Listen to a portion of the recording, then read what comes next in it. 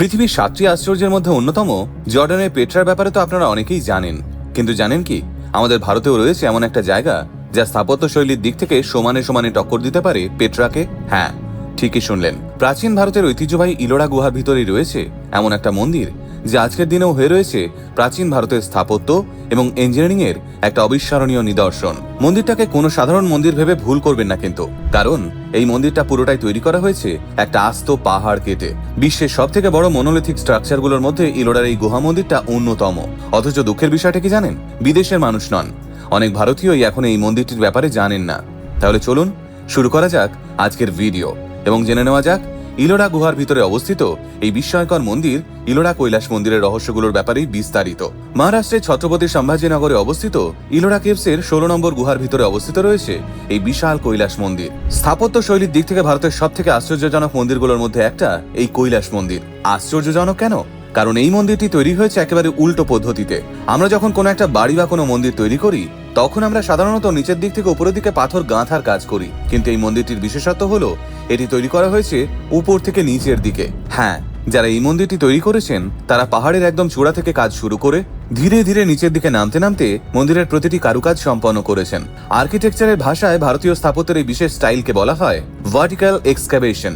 ইতিহাসবিদদের ধারণা এই বিশাল মন্দিরটি তৈরি করতে প্রায় 2 লক্ষ থেকে 5 লক্ষ টন পর্যন্ত শক্ত ব্যাসাল্ট শিলা দিয়ে তৈরি পাহাড় ভাঙতে হয়েছিল। আজ থেকে প্রায় 1200 বছর আগে কোনো উন্নত মেশিন ছাড়া শুধুমাত্র ছেনি ও হাতুড়ির সাহায্যেই করা হয়েছিল এই পুরো কাজটা, যা আজকের দিনে হয়তো ভাবতেও পারবেন না কেউ। 8ম শতাব্দীতে ভারতের এই ঐতিহ্যবাহী মন্দিরটা তৈরি করিয়েছিলেন রাষ্ট্রকূট রাজা প্রথম কৃষ্ণ। মনে করা হয় এই পুরো স্ট্রাকচারটা তৈরি করতে 18 থেকে 20 বছর সময় লেগেছিল। প্রতিদিন শ্রমিকদের প্রায় 55 টন করে পাথর কাটতে হতো এই মন্দিরটা তৈরি করার জন্য।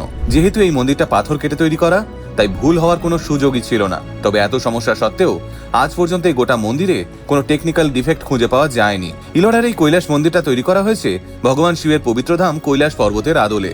মন্দিরের চারপাশে তাকালে আপনারা বিশাল বিশাল পাথরের স্তম্ভ দেখতে পাবেন। সাথে রয়েছে পাথরের তৈরি বিশাল হাতির পাল, যেগুলো দেখলে মনে হবে এই হাতিগুলোই যেন পুরো মন্দিরটাকে পিঠের ওপর ধরে রেখেছে। পুরো মন্দিরের গায়ে খোদাই করা হয়েছে রামায়ণ ও মহাভারতের বিভিন্ন কাহিনী। এখানেই শেষ নয়, এই মন্দিরে বৃষ্টির জল সংরক্ষণের জন্য রয়েছে আধুনিক রেইন ওয়াটার হারভেস্টিং সিস্টেমও, যা সেই যুগে খুঁজে পাওয়াটাও ছিল খুবই বিরল ব্যাপার।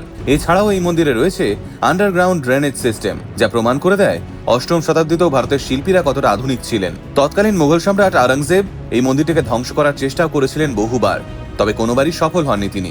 1000 শ্রমিক পাঠিয়ে এই কৈলাস মন্দির ভাঙতে চেষ্টা করলেও এই মন্দিরের বিশেষ কোনো ক্ষতি করতে পারেনি আওরঙ্গজেব। পাথরের কাঠিন্য এবং অদ্ভুত নির্মাণ কৌশলের কাছে হার মেনে শেষ পর্যন্ত পিছু হটতে বাধ্য হন আওরঙ্গজেব। আজকের দিনে এই কৈলাস মন্দিরটি শুধু একটা মন্দির নয়, ভারতের প্রাচীন স্থাপত্যবিদ্যার একটা দারুণ নিদর্শনও বটে। রাশিয়ার বিজ্ঞানী থেকে শুরু করে বিশ্বের তাবর তাবর গবেষকরা আজও মনে করেন এই মন্দিরটি নির্মাণের পিছনে হয়তো এমন কোনো প্রাচীন প্রযুক্তির ব্যবহার করা হয়েছিল যে আজও উদ্ধার করা সম্ভব হয়নি। তাই যারা ইতিহাসের রহস্য এবং ভারতের প্রাচীন স্থাপত্যশৈলীকে আরো কাছ থেকে দেখতে ভালোবাসেন, তাদের জন্য ইলোরার এই গুহা মন্দিরটি অবশ্যই হতে চলেছে একটা মাস্ট ভিজিট প্লেস। আপনারা কি এর আগে কোনোদিন ইলোরা ট্রিপে গিয়েছেন? গিয়ে থাকলে কমেন্টে অবশ্যই জানাবেন আপনার অভিজ্ঞতা।